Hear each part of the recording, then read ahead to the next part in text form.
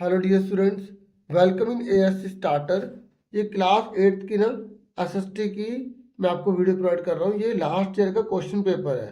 देखिए, अगर आप लास्ट ईयर के क्वेश्चन पेपर करेंगे तो आपके एग्जाम की काफ़ी अच्छे से तैयारी हो जाएगी और आप मिड टर्म के बहुत सारे पेपर की प्रैक्टिस कर सकते हैं।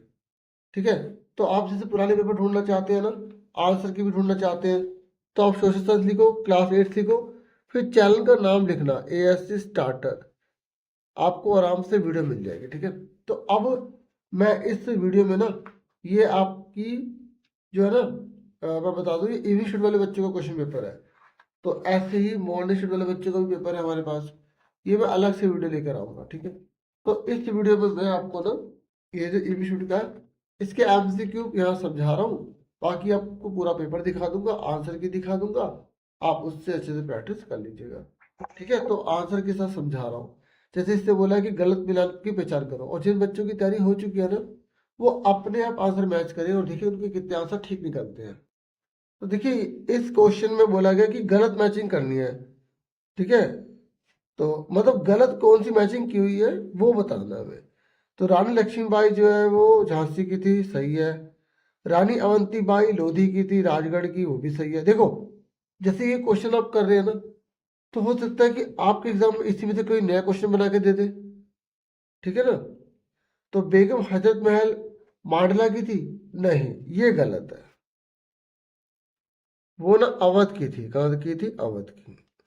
फिर ये कह रहा है ब्रिजेश कद्र कहाँ की थी, लखनऊ, तो ये ठीक है। तो इस तरह इसका आंसर क्या है, सी। और देखो हमारे पास आंसर की भी है, तो मैं आपको आंसर की भी यहाँ दिखा दूंगा। ठीक है, पहले मैं एमसीक्यू आपको बता दूं सारे। ये कह रहा है टपकते हुए नल को तुरंत ठीक करवाना चाहिए। टपकते हुए गल से जल की बर्बादी होती है, तो ये थोड़ा यहाँ पे नल लिखना था इन्होंने। देखो, दोनों बात ठीक लिखी है, और ठीक इसलिए करवाना चाहिए क्योंकि जल की बर्बादी होती है, कारण भी ठीक लिखा है, इसलिए इसका आंसर ए हो जाएगा। ठीक है, यहाँ पर आप देख सकते हैं। फिर उसके बाद नेक्स्ट है यहाँ पर, बंगाल विभाजन के समय भारत के गवर्नर जनरल कौन थे। तो हमें पता ही है। देखो, बंगाल विभाजन की बात कर रहा है 1905 की। उस समय कौन थे, उस समय थे हमारे लॉर्ड कर्जन। ठीक है, फिर ये कह रहा है निम्नलिखित में से कौन सा पर्यावरण के लिए खतरा। देखो, पेड़ को काटने तो खतरा होगा ना, पेड़ को लगाना थोड़ी होगा, मिट्टी को बचाना थोड़ी होगा। और वैदिक फॉर्म इसलिए लगा रहे ताकि मिट्टी बहे ना, तो ये तो अच्छी चीज है। तो बेकार चीज कौन सी है, वन उन्मूलन, वन को काटना, उन्मूलन मतलब उसको हटा देना, तो इसका आंसर ए आ गया। ठीक है, आप खुद भी ट्राई करना और मुझे बताना चाहो तो बता सकते हो कमेंट में कितने आपके आंसर सही निकले एमसीक्यू में। ठीक है, निम्नलिखित में से कौन सा कथन संविधान के संदर्भ सही नहीं है। तो संविधान के संदर्भ में कौन सी बात यहाँ पे सही नहीं लिखी। तो ये रहा, जिन देशों के पास संविधान होता है वह सभी लोकतांत्रिक होते हैं। सही बात है, ये गलत है ना भाई। देखो, कई देश ऐसे भी हैं जिनके पास संविधान तो है लेकिन वहां पे लोकतंत्र ही नहीं है। बाकी सारी चीज सही लिखी है। संविधान देश की शासन व्यवस्था की जानकारी देता है, संविधान देश की आदर्शों का दर्पण होता है, सभी लोकतांत्रिक देशों से यह उम्मीद की जाती है कि उनका अपना संविधान होगा। तो सब बातें ठीक लिखी है, ये गलत लिखी है। देखो, अब ऊपर ऊपर से पढ़ेंगे ना तो पता नहीं चलेगा, थोड़ा सा ध्यान से 2-3 बार पढ़ोगे ना क्लियर हो जाएगा। अच्छा, मैं आपको बता दूं कि हिंदी मीडियम इंग्लिश मीडियम दोनों में अवेलेबल था पेपर। अब जो इंग्लिश मीडियम वाले हो सकता है कि वो देख रहे हो सारे ये तो हिंदी में करवा रहे हैं, तो उन्होंने थोड़ा सा देखा ही ना हो। ठीक है ना, इंग्लिश हिंदी दोनों में है पेपर। तो इसका आंसर जो है यहाँ पर ये हमें गलत मैचिंग दे रखी है। इसका आंसर यहाँ पर अवध था। देखिए, सेकंड क्वेश्चन यहाँ पर पूछा गया था, तो assertion A, a dripping tap should be repaired immediately. जो पानी जिसमें से टप टप कर रहा है उसको ठीक करना चाहिए। ये कह रहा रीजन इसलिए क्योंकि अगर हम पानी का वेस्ट करेंगे तो मतलब अगर हम ड्रिपिंग करेंगे तो पानी वेस्ट हो जाएगा। तो ये दोनों बातें ठीक लिखी है, रीजन भी ठीक लिखा है, इसलिए इसका आंसर ए हो जाएगा। फिर उसके बाद नेक्स्ट है, ये कह रहा है कि गवर्नर जनरल कौन था इंडिया का जब बंगाल का पार्टीशन हो रहा था। तो उसका आंसर जो है वो है हमारे ये लॉर्ड कर्जन। ठीक है, फिर which of the following is a threat to the environment, environment के लिए थ्रेट क्या था उस समय, तो या आज भी क्या थ्रेट है, तो पेड़ों को काटना, डिफॉरेस्टेशन। फिर ये कह रहा है which of the following statement is not correct with reference to the constitution, constitution को लेकर कौन सी बात सही नहीं लिखी, तो ये देखो यहाँ सही नहीं लिखा कि जितने भी सब कंट्रीज होते हैं जिनमें कॉन्स्टिट्यूशन होता है वो डेमोक्रेटिक होता है, ये बात सही नहीं लिखी है। अब हम नेक्स्ट पेज करने जा रहे हैं, तो यहाँ पर देखिए नेक्स्ट पेज, ये क्या निम्नलिखित विशेषताओं के आधार पर फसल की पहचान कीजिए। आपको ना यहाँ पे क्रॉप बताने की कौन सी क्रॉप है, ऐसा क्वेश्चन आपके एग्जाम में भी आएगा। देखो आप बताइए कि ये कह रहा है इसके उत्पादन के लिए गर्म और आर्द्र जलवायु की आवश्यकता होती है, इसके उत्पादन के लिए दोमट मिट्टी की आवश्यकता होती है, और ये ब्राजील इसका अग्रणी देश है। मतलब कौन सी फसल ऐसी है जो ब्राजील सबसे ज्यादा प्रोड्यूस करता है, और वो क्या है, कॉफी। ठीक है, यहाँ इंग्लिश में भी साथ साथ देखते रहो, अलग अलग नहीं बताऊंगा, एक साथ बता देता हूँ। अगर आइडेंटिफाई करना है उस क्रॉप को जो यहाँ पर इंफॉर्मेशन दे रखी है उसके बेस पर, ह्यूमिड क्लाइमेट चाहिए, ठीक है, और हॉट चाहिए, और लोमी सॉइल चाहिए, और ब्राजील इसमें लीडिंग प्रोड्यूसर है, तो उसका आंसर क्या है, कॉफी। फिर ये कह रहा है लोकसभा की कुल निर्वाचित सदस्यों की संख्या बताइए, तो लोकसभा में निर्वाचित सीटें कितनी होती है, 543 होती है। ठीक है, इस तरीके से ये ऐसे ही आप राज्यसभा की भी बताना, ठीक है, कमेंट करके मुझे। फिर यहाँ पर 8th क्वेश्चन है, निम्नलिखित में से, और देखो बुक से देखकर बताना, आपकी पॉलिटिकल की बुक है, उसमें एक पिक्चर बनी है, उसके नीचे लाइन लिखी हुई है, उसमें से देख के बताना, ठीक है, और गूगल से देखोगे तो फिर आपका आंसर ठीक नहीं निकलेगा। ठीक है, तो आपकी बुक के हिसाब से सबको बताना है। ओके, तो निम्नलिखित में से कौन सा कथन भारतीय न्यायपालिका के संदर्भ में सही है, मतलब कौन सी बात हमारी न्यायपालिका के लिए सही लिखी गई है। देखो हमारी जो न्यायपालिका ना वो पिरामिड आकार की है, पता है क्यों, सबसे ऊपर सुप्रीम कोर्ट, फिर हाई कोर्ट, फिर इस तरीके से चलता रहेगा चलता रहेगा, मतलब जो भी है डिस्ट्रिक्ट कोर्ट हो गए, लोअर कोर्ट हो गए, इस तरीके से। ठीक है ना, तो कौन सी बात सही लिखी है, ये वाली। दूसरा ये कह रहा है कि Indian judiciary is not independent, ये तो गलत लिखा है। ये कह रहा है कि इंडिया की जो जुडिशरी है वो आज़ाद ही नहीं है। ये कह रहा है government has direct control over the Indian judiciary, government का पूरा कंट्रोल होता है इस पे इंडियन जुडिशरी में, ऐसा थोड़ी है। ये कह रहा है इंडियन जो कॉन्स्टिट्यूशन है ना, did not provide independence to the judiciary, ये कह रहा है हमारा संविधान जुडिशरी को स्वतंत्रता नहीं देता, ये भी गलत लिखा। तो देखो पढ़कर पता लग जाएगा कौन सी सही है। फिर देखिए 9th क्वेश्चन है, यहाँ पर हमें स्टेटमेंट दे रखी है, इसके बेस पर हमें इसे चूज करना है। ठीक है, तो इंग्लिश में भी आप देख सकते हैं और हिंदी में भी देख सकते हैं, मैं पहले हिंदी में पढ़ देता हूँ। अगर शिक्षा केवल भारतीय भाषाओं में ही दी जानी चाहिए, उनके मुताबिक अंग्रेजी में दी जा रही शिक्षा भारतीयों को अपाहिज बना देती है, उसने उन्हें अपने सामाजिक परिवेश से काट दिया है और उन्हें अपनी ही भूमि पर अजनबी बना दिया है। ये कह रहा है कि बताइए उपरोक्त विचार किस प्रकार की शिक्षा व्यवस्था का पक्षधर है, मतलब ये किस एजुकेशन की बात कर रहे हैं, यहाँ पे किस एजुकेशन पर जोर देना चाहिए, तो सिंपल आंसर है ना, भारतीय भाषा पर। किस पर, भारतीय भाषा पर। ठीक है, इंग्लिश में देखो, ये कह रहा है education should be given only in Indian languages. According to him, the education given in English makes Indians handicapped. It has cut them off from this social environment and made them strangers in their own land. तो ये किस favour में बात कर रहे हैं, ये कह रहे हैं इंडियन लैंग्वेज जो है ना उसको प्रमोट किया जाना चाहिए। तो इसलिए आंसर क्या है इसका, 1 और 1 यहाँ पे टिक कर देंगे, ओनली 1। अब उसके बाद आगे करते हैं हम, 3 क्वेश्चन देख लीजिए। ये कह रहा है निम्नलिखित में से कौन सी योजना अदालत के आदेश के उपरांत क्रियान्वित हुई, तो प्रधानमंत्री आवास योजना, दोपहर में भोजन की व्यवस्था, मिड डे मील, स्वच्छ जल योजना, प्रधानमंत्री रोजगार योजना। ये कह रहा है निम्नलिखित में से कौन सी योजना अदालत के आदेश के उपरांत क्रियान्वित, मतलब अदालत ने बोला कि भाई ये करो ना, क्यों नहीं करते हो, तो वो थी मिड डे मील योजना। ठीक है, तो आपने न्यायपालिका वाला चैप्टर पढ़ा होगा ना, उसी में ये मेंशन किया गया कि कोर्ट ने ऑर्डर किया था इसे इंप्लीमेंट करो भाई मिड डे मील स्कीम को। ठीक है, फिर ये कह रहा है कि डेथ रेट किसे कहते हैं। देखो डेथ रेट का मतलब होता है कि 1,000 जो जिंदा लोग हैं ना, उसमें से कितने लोग मर गए हैं। ठीक है, the number of the death पर 1,000 पीपल अलाइव, तो बी आंसर है इसका। ठीक है, प्रति 1,000 व्यक्तियों पर मृतकों की संख्या। ठीक है, तो बी हो गया।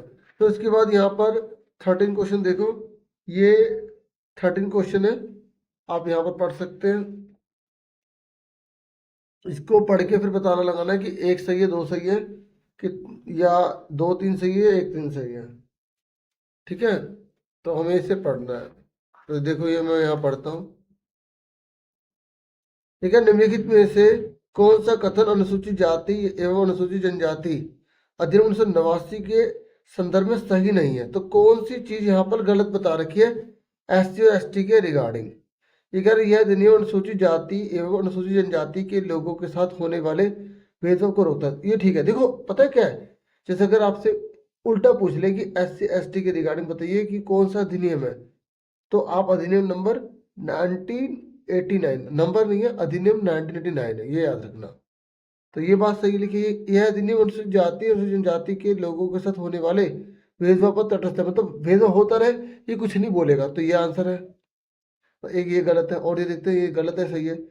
यह अधिनियम अनुसूचित जाति एवं अनुसूचित जनजाति के लोगों पर होने वाले अपराध को एक खास तरह के अपराध मानता है एवं आरोपियों के लिए दंड का विधान भी करता है। तो ये भी ठीक है, ये भी ठीक है, ये गलत है। तो जिससे पूछा था कौन सी बात गलत है, तो ओनली 2 आ जाएगा। ठीक है,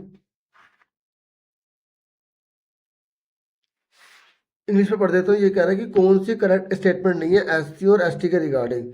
ये कह रहे हैं एक, ये जो एक्ट है ना, ये डिस्क्रिमिनेशन रोकता है SC ST के लिए, तो ये बिल्कुल ठीक लिखा है। ये कह रहे हैं ये जो एक्ट है ना, ये न्यूट्रल है, जितना मर्जी डिस्क्रिमिनेशन हो जाए कुछ नहीं बोलेगा, ऐसा थोड़ी है। तो ये गलत बात है। ये कह रहा है ये जो एक्ट है ना, ये अगर कोई क्राइम करता है, ठीक है, SC ST पर, तो उसको एक अलग तरीके से क्राइम के रूप में लिया जाएगा कि इसने क्राइम करा है। ठीक है, अलग से टाइप का क्राइम माना जाएगा और फिर उसको पनिशमेंट मिलेगी। तो ये बिल्कुल ठीक लिखा है, तो ये गलत है, तो इसका आंसर ओनली 2 आ गया। फिर कह रहा है, निम्नलिखित में से कौन सा एक सार्वजनिक क्षेत्र का उपक्रम नहीं है। सार्वजनिक क्षेत्र जो गवर्नमेंट के कंट्रोल में होते हैं। ठीक है, तो टाटा स्टील इसका आंसर आ जाएगा। ठीक है, तो ये कह रहा है which of the following is not a public sector, तो टाटा स्टील आ जाएगा। ठीक है, बाकी तो गवर्नमेंट के कंट्रोल में है। ये कह निम्नलिखित में से कौन भारतीय संसद का अंग नहीं है। बताओ पार्लियामेंट का कौन इनमें से पार्ट नहीं है। देखो पार्लियामेंट के अंदर राज्यसभा भी आती है, लोकसभा भी आती है, प्रेसिडेंट भी आता है। सेंट्रल विजिलेंस कमीशन नहीं आता, तो आंसर क्या आ जाएगा, केंद्रीय सतर्कता आयोग। ठीक है, उसके बाद एक है टीपू सुल्तान किस अन्य नाम से प्रसिद्ध था। तो आप सबको पता होगा, आपने चैप्टर पढ़ा है शेर मसूर। ठीक है ना, टीपू सुल्तान का जो अनदर नेम था वो किस लिए क्या था, शेर मसूर, तो यही फेमस था। अब देखो ये ना बुक के क्वेश्चन वगैरह आ गए हैं। ठीक है, तो आप इनको देख सकते हो। ठीक है, और इसकी प्रैक्टिस कर सकते हो। ठीक है, इसके आंसर मैं दिखा दूँ, पहले क्वेश्चन दिखा देता हूँ। अब जैसे बच्चों अगर हिंदी मीडियम में अवेलेबल होंगे ना, जो इंग्लिश मीडियम वाले बच्चे देख रहे हैं, तो आप उसको गूगल ट्रांसलेटर से ट्रांसलेट कर लेना। ठीक है, पहले पूरा पेपर यहाँ पे क्वेश्चन आंसर वगैरह ही दिखा दो। ठीक है, अब फटाफट आप ये देख सकते हो।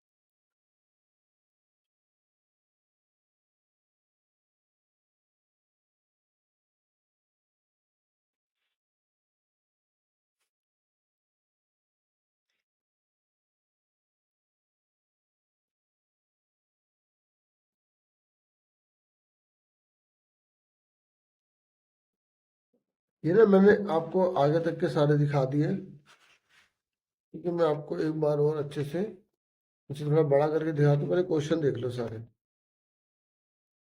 ये वाले भी मैंने दिखा दिया ना आपको, ये वाले। ठीक है, तो एक बार मैं थोड़ा सा एक बार बड़ा करके इसको और आप देख लो।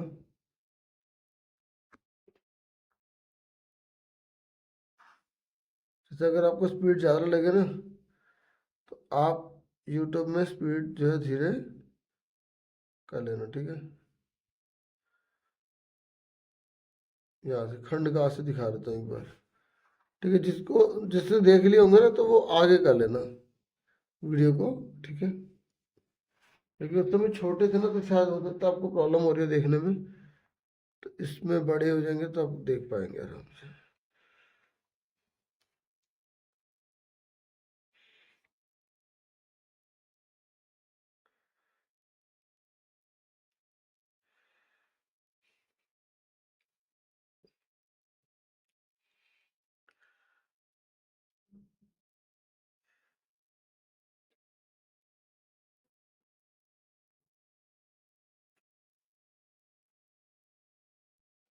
अब देखो, एग्जाम में ना आपके पैसेज वगैरह भी आएगी, तो इनको पढ़ के आपको आंसर देने होंगे। और खास बात यह है कि 7वीं के लेवल की ये होगी। ठीक है ना, क्योंकि कुछ आपकी पुरानी क्लास से भी जुड़ा हुआ आता है। ठीक है, और ये नहीं कि 7वीं की कंपलसरी है, 7वीं की पैसेज आएगी, 8वीं की भी दे सकते हैं।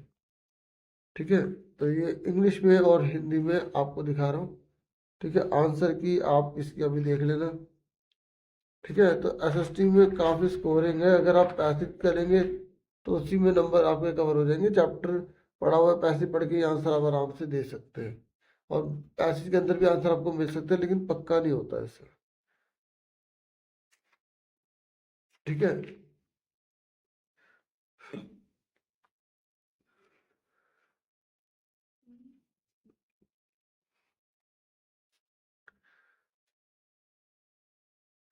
ये मैप वर्क है। देखो, मैप जरूर आएगा 5 नंबर का, तो ये हिस्ट्री की बुक में से ये वाला मैप अच्छे से कर लेना। और ये आप आंसर देख लो सारे पैसेज के। ठीक है, ये पैसेज के आंसर देख लो आप।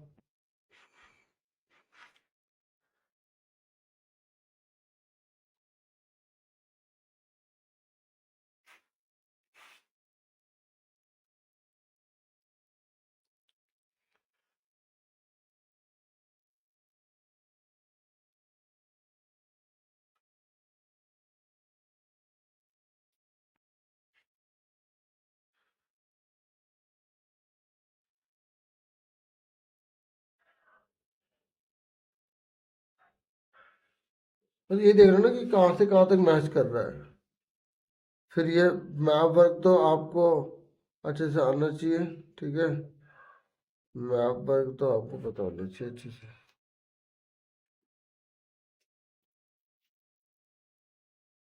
तो इतना ही था इस वीडियो में। वीडियो को लाइक, चैनल को सब्सक्राइब करना बिल्कुल मत भूलिएगा। ठीक है, मैंने बहुत से सब्जेक्ट की वीडियोस बना दी, पुराने पुराने। ठीक है, नई वीडियो सब अवेलेबल है।